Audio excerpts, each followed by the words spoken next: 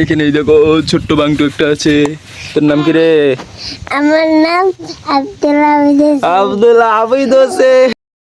Hello, আসসালামু আলাইকুম ওয়া রাহমাতুল্লাহ। তোমরা সবাই কেমন আছো গাইস? দেখতে পারতেছো সকালবেলা এখন আমরা জমির মধ্যে যাবো। কি দিতে মামা? ওষুধ দিতে। জমির মধ্যে ওষুধ দিতে যাবো। গ্রামে এসেছি, এখন গ্রামের মধ্যে তো গ্রামের কাজও পারি ভাই। শহরে শুধু পড়ালেখা করে এ না, গ্রামের কাজ বাজ পারি। দেখো সে একবারে গ্রামের পুরো গেট আপ নিয়ে নিয়েছি। এখানে আমার অনেক দর্শক আছে, তাদেরকে আমি বলতেছি, হ্যাঁ তারা সবাই শুনতেছে দেখতেছে, হ্যাঁ তাদেরকে আমি বলতেছি এই যে এটা হলো ওষুধের ঢোল, এইটার সাহায্যে ওষুধ দেবো। এখন আমরা জমিতে যাবো, চলো তোমরা আমার সাথে, তোমাদেরকে দেখে আসলে কীভাবে এগুলো দেয়। ঠিক আছে, তোমরা আমার সাথে থাকো, দেখো আমার সাথে কীভাবে ওষুধগুলো দেওয়া হয় আর কি। হেই গাইস, এখন আমরা চলে যাচ্ছি আমাদের জমির পথে। এখন রাস্তা দিয়ে হাঁটতেছি, অনেক সুন্দর লাগতেছে ভাই। গ্রামের রাস্তা, আমাদের এই রাস্তাটা নতুন পাকা হয়েছে, তাই এই রাস্তা দিয়ে হাঁটারও একটা আলাদা ফিলিংস আছে ভাই। আর এইসব গ্রামের মধ্যে দুই জমির মাঝখান দিয়ে যে রাস্তাগুলো যায়, হ্যাঁ আইল বলি আমরা আমাদের গ্রামের ভাষায়, এগুলোর মাঝখান দিয়েও যে হাঁটার একটা ফিলিংস, সেটা একবারে অন্যরকম। আর এরকম ঘাড়ের মধ্যে পানির ব্যাগ নিয়ে আসি, ওষুধের ব্যাগ, মানে এটা বোতল বলে আর কি, আমাদের গ্রামের ড্রাম বলে, এরকম কিছু একটা বলে, নামটাও অতটা খেয়াল নেই, বাট এটা অনেক মজাদার। আমার নানার সাথে এখন আসি, আমি ওষুধ দিতেছি।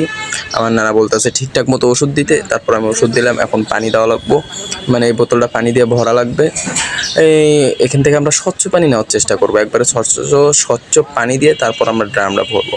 কারণ ভাই স্বচ্ছ পানি না দিলে কি হয়, ওষুধটা যে নল দিয়ে বাইর হয় সেটা পরে বাইর হইতে সমস্যা হয়।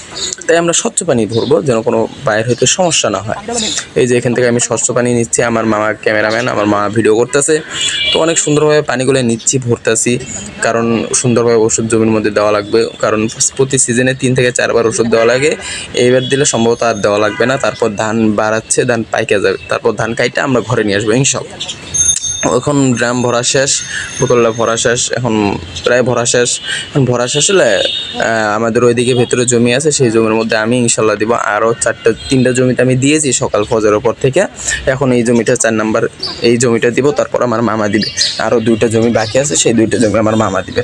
এখন আমার নানা আমাকে এটা ঘাড়ে নিতে সাহায্য করলো, আমি এখন এটা ঘাড়ে নিলাম। ঘাড়ে নেওয়ার পর এখন ইনশাল্লাহ যাচ্ছি, ভালো করে সুন্দর মতো দিব ভাই। শহরে থাকি তো, তাই গ্রামের কাজ মাজ বেশি একটা করা হয় না। যখনই বাড়ি আসি নানার সাথে এইসব কাজ করি, নানাকে একটু সহযোগিতা করার চেষ্টা করি। ইনশাল্লাহ আপনারা দোয়া করবেন যেন সবসময় ভালো ভালো কাজ করতে পারি, সুন্দর কাজ করতে পারি। এইসব গ্রামের কাজ সব শেখা ভালো ভাই, শিক্ষা রাখা ভালো। আগেও এরকম গ্রামে ছিলাম, অনেক কাজ বাজ করছি, এই জন্য এইসব কাজ এখনও জানা আছে, পারি। আর শহরে তো সবসময় মাদ্রাসা থেকে পাঞ্জাবি পায়জামা পইরা, এখন যেহেতু এইসব কাজ করতেছি ভাই, অনেকে মনে করতেছেন যে শার্ট পরছি কেন, গেঞ্জি পরছি কেন, এরকম ভাই। এইসব কাজ ধানের জমির মধ্যে কাজ করলে, শার্ট আর গেঞ্জি না পরলে, প্যান্ট না পরলে হাত পা কাইটা যায় ভাই। এগুলোর মধ্যে অনেক আর আছে, অনেক ধার আছে, যেগুলোর মধ্যে শরীর কাইটা যায়। এই জন্য শার্ট গেঞ্জি প্যান্ট এগুলো পরা লাগে, এগুলো পরে একবারে সুন্দর মতন জমির মাঝখান দিয়ে হাইটে হাইটে এরকম ওষুধ দেওয়া লাগে। তো এখন আমি জমির মধ্যে ওষুধ দেওয়া শুরু করলাম, প্রায় 1 বোতল ওষুধ এই জমির মধ্যে দেওয়া লাগবে। আস্তে আস্তে দিতেছি। পাশে যে ভুট্টা ক্ষেতটা দেখতেছেন, এটা আমার অন্য এক নানার ভুট্টা ক্ষেত। এইদিকে ভুট্টা প্রায় শেষের দিকে, ভুট্টা অনেক সুন্দর কাঁচা ভুট্টা, তোমরা যারা খাইছো ঢাকার মধ্যে কিন্না মিন্না খাও, বাইরে টাইরে যারা কিন্না খাও, হ্যাঁ কাঁচা ভুট্টা যেটা আগুনের মধ্যে পুরায়া ফ্রাই করা হয়, পুরায়া দেওয়া হয়, সেটা অনেক মজাদার লাগে। আমরাও এখানে অনেক মাঝে মাঝে পুরাই খাই, অনেক ভালো লাগে, স্বাদ লাগে। তো আস্তে আস্তে আমি জমির মধ্যে ওষুধ দেওয়া প্রায় শেষের দিকে। এই জমিটা দেওয়া শেষ হলে পরের জমিতে আমার মামা দিবে। এই ভাই সুন্দর মতন দিতেছি ওষুধ, কিন্তু আমার অনেক কষ্ট হইতেছে। সকাল ফজরের পর থেকে দিতেছি তো 6টা 7টা জমি, আমি সব দিতাম যদি আমার কষ্ট না হয়তো। অনেক দিন পর এইসব কাজ করতেছি, তাই হালকা হালকা কষ্ট হইতেছে। আল্লাহু আকবার।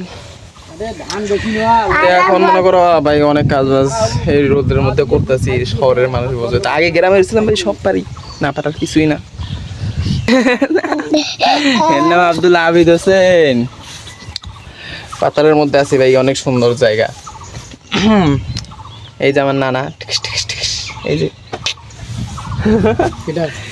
কেউ না ভিডিও, এই যে আমার নানা অনেক কাজ করতেছে সকাল থেকে, মসজিদের মুয়াজ্জিন প্লাস ইমাম।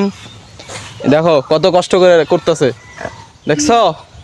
এটা ভাই তোমার শেখা উচিত। আসলে গ্রামের মজা অন্যরকম। এই ভিডিওগুলো সবাই দেখে, বুঝছিস?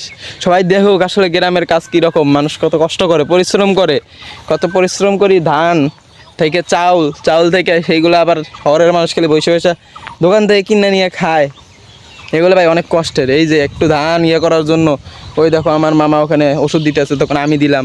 এগুলো কাটা লাগে, ছেঁচা লাগে, হ্যাঁ উবান লাগে, কত কষ্টর। এই কষ্টর পর চাষিরা একটু ফল পায়। তাও কত সিন্ডিকেটের মানুষ আছে এগুলো দিয়ে ব্যবসা করে, হ্যাঁ কম টাকায় তাদের কাছ থেকে কিনে নেয়, সবাই একদম বলে, এই জন্য তাদের কোনো উপায় থাকে না।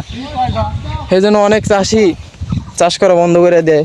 আমাদের এদিকে দেখো পিছনে ভুট্টার ক্ষেত, আগে অনেক ভুট্টা হইতো, এদিকে অনেক ভুট্টা করতো, কিন্তু এখন আর করে না, কারণ এগুলোর মধ্যে এখন মানুষের কম, চাহিদা কম।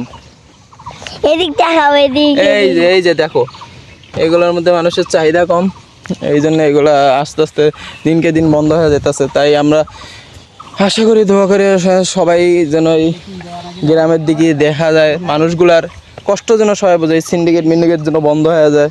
হ্যাঁ, কারণ চাষিরা যদি চাষ বন্ধ করে দেয়, আমরা বাংলাদেশের কিন্তু ভাতের আঁকা লাগা যাবো। তাই সব কিছুই আমাদের দেখা উচিত এবং গ্রামের কাজ এগুলো করা উচিত ভাই, এগুলো সব শিক্ষা রাখা উচিত।